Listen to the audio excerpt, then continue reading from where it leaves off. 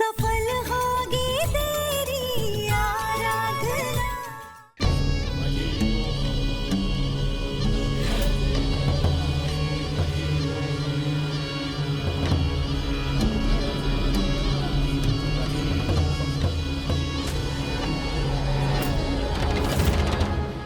सब सुना हमने और अपनी दिव्य दृष्टि से आभास भी किया।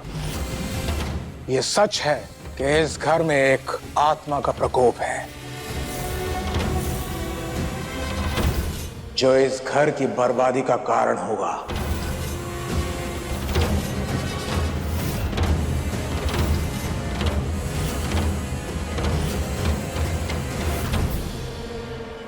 आत्मा बहुत क्रोधित है और जब तक उस आत्मा को शांति नहीं मिलेगी इस पूरे परिवार पे खतरा मंडराता रहेगा, खासकर माधव दास की बीवी और बच्चे पर।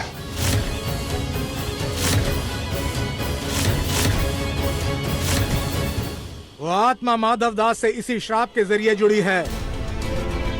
उस आत्मा के साथ गलत हुआ है और ये श्राप माधव दास पर तब से असर करना शुरू किया है जब से इनका वंश आगे बढ़ने लगा है।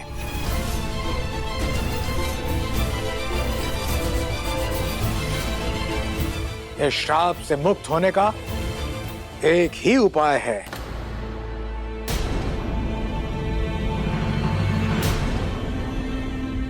आप अपने वंश से अलग हो जाइए।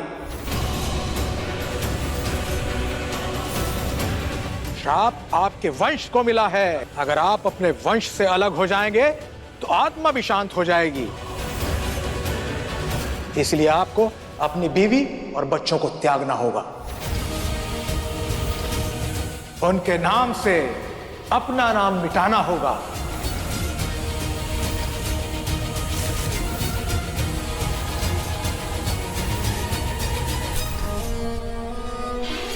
ये कैसे हो सकता है? विनायक मेरा बेटा है और मैं अपने बेटे से अलग कैसे हो सकता हूँ?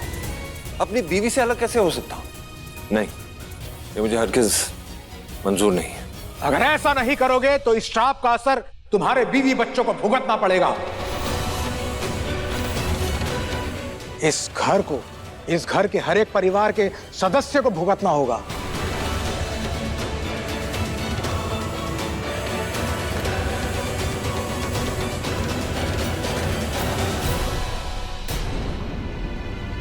देखिए, मैं ऐसा नहीं कर सकता। और कोई उपाय है? हम उस आत्मा को कुछ हद तक शांत कर सकते हैं। एक और तरीका है इस श्राप से बचने का। माधव दास को अपना गोत्र, इस घर के बड़े बेटे होने का ओहदा, अपनी जायदाद, अपनी संपत्ति, सब कुछ त्यागना होगा।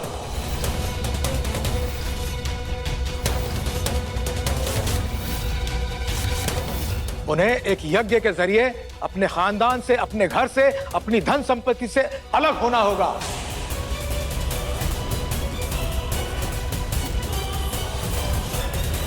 और यही बात तुम्हें पूरे समाज को बतानी होगी। आपको शहर के हर बड़े अखबार में यह खबर छपवानी होगी कि आप भारद्वाज खानदान का नाम त्याग रहे हैं। अब ये इस खानदान का हिस्सा नहीं है। इस तरह हम इस परिवार के भाग्य और माधव के भाग्य को अलग करके इस श्राप से बच सकते हैं।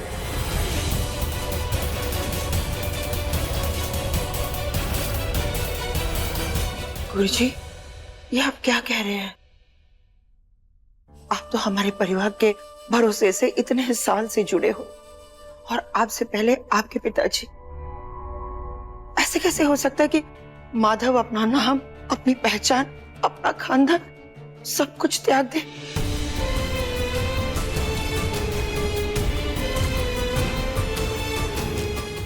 आप कहना क्या चाहते हैं कि मेरे पास सिर्फ दो उपाय हैं? या तो मुझे अपनी पत्नी और औलाद से दूर होना पड़ेगा।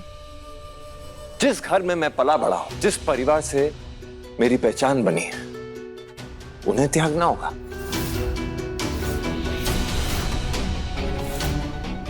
और अपने बेटे से उसके पिता का नाम छीन लो। ये सब छोड़कर मैं जीऊंगा कैसे? अरे मरने के बाद अपने माँ बाप को क्या बोलूंगा मैं, क्या बताऊंगा उन्हें? घर का मुखिया होने के नाते एक मुखिया का फर्ज बनता है कि वो घर को जोड़ के रखे, अपने परिवार को जोड़ के रखे। ना कि सब कुछ बिखेर दे। ये जो बात कर रहे हैं ना आप, ये मुझे मंजूर नहीं है। ऐसा कुछ नहीं होने वाला, ऐसा कुछ नहीं करने वाला, ना मुझे इस बातों पे यकीन है। मैं अपना सब कुछ खो नहीं सकता। हाँ गुरुजी, ऐसा नहीं हो सकता। आप कोई और उपाय ढूंढिए ना।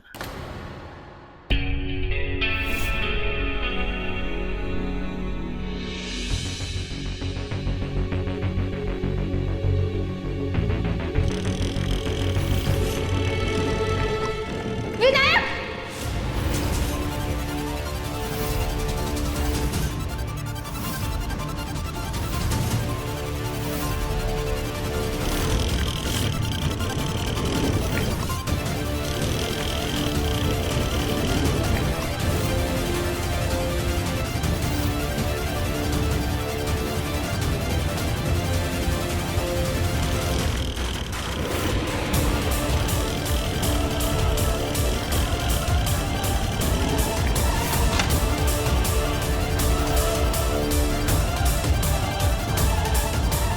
विनायक!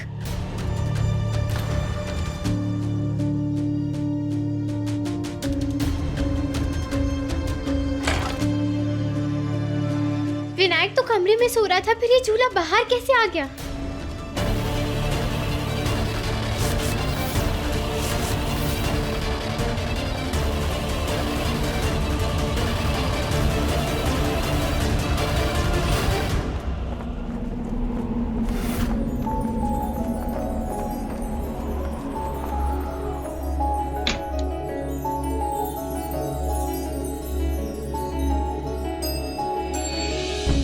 रूम की विंडो खुली हुई है, शायद हवा के झोंके से आ गया होगा प्रेम बाहर।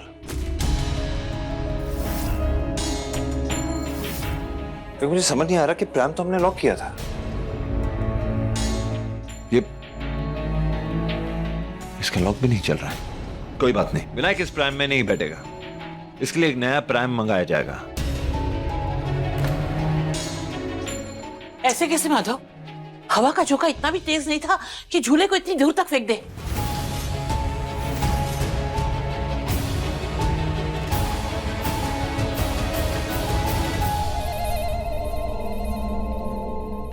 एमडी, अगर विनायक की जान को खतरा है तो मेरे बच्चे के साथ क्या होगा? वो तो अभी इस दुनिया में आया भी नहीं है।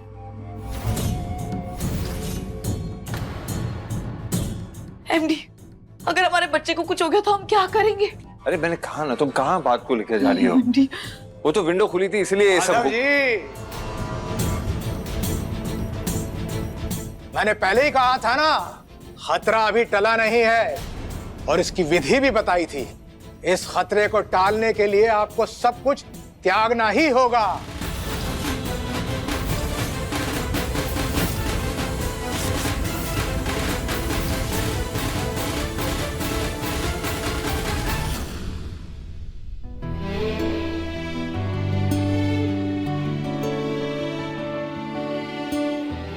कुछ भी हो जाए, मैं एक पल के लिए भी विनायक को अकेला नहीं छोड़ूंगी।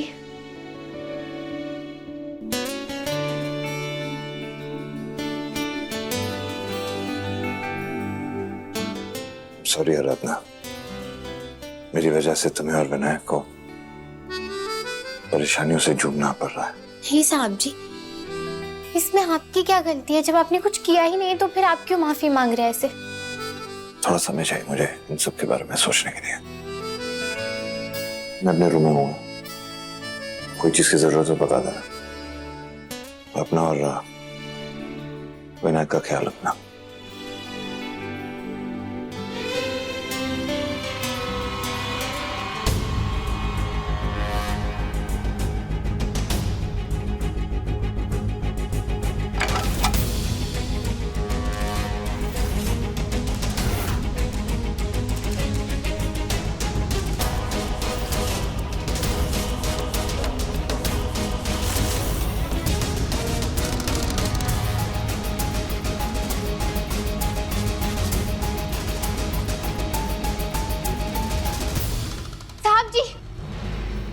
जल्दी विनायक के कमरे में आइए, मुझे आपको कुछ दिखाना है। चलो। जल्दी चलिए।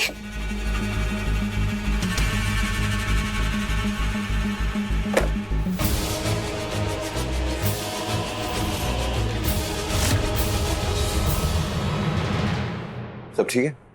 क्या हो? क्या हुआ क्या?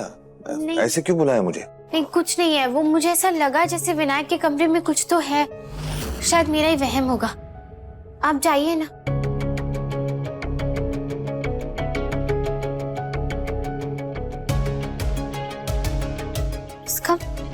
इसका मतलब है कि ये झूला हवा के झोंके की वजह से बाहर नहीं आया था, बल्कि किसी ने इस पर जानबूझकर ऐसा कुछ लगाया था जिससे ये अपने आप चलने लगे। आखिर कौन कर रहा है ये सब?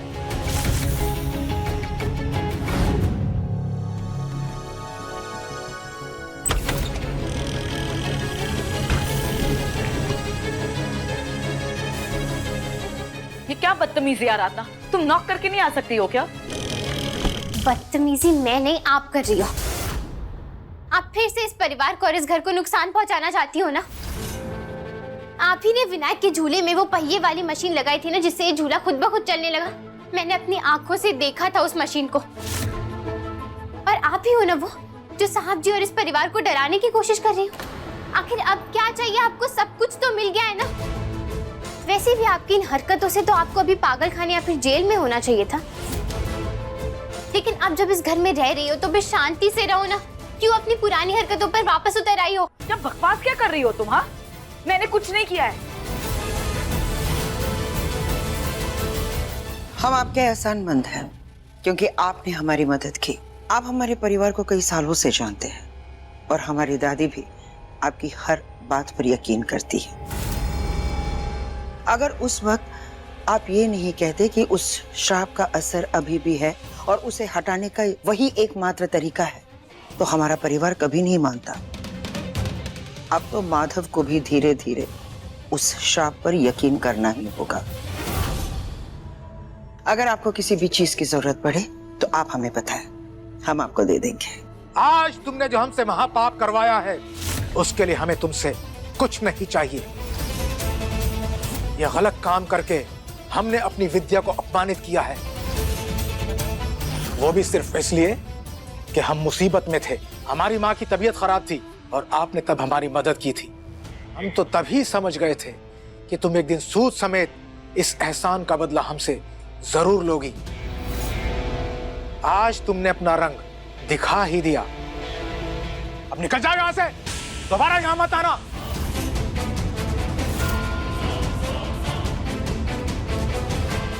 एक नाग को चाहे बरसों पाल लो, लेकिन उसकी डसने की फितरत कभी नहीं जाती। तुम भी वही आस्तीन की सांप हो जो अपने ही परिवार को ऐसी घटिया चालें चलकर डस रही हो। मीना के श्राप का सच हम जानते हैं क्योंकि उस वक्त हम वहां मौजूद थे। लेकिन आज जो तूने उसकी आत्मा का ढोंग करके उसका अपमान किया है, लेकिन याद रखना ये ताकत कोई मजाक नहीं और ना ही अपनी घटिया चाल को अंजाम देने का कोई तरीका। जिन शक्तियों की इंसान को परख नहीं होती है उनका वो गलत इस्तेमाल करते हैं और उनका हश्र भी इंसान की सोच से परे होता है।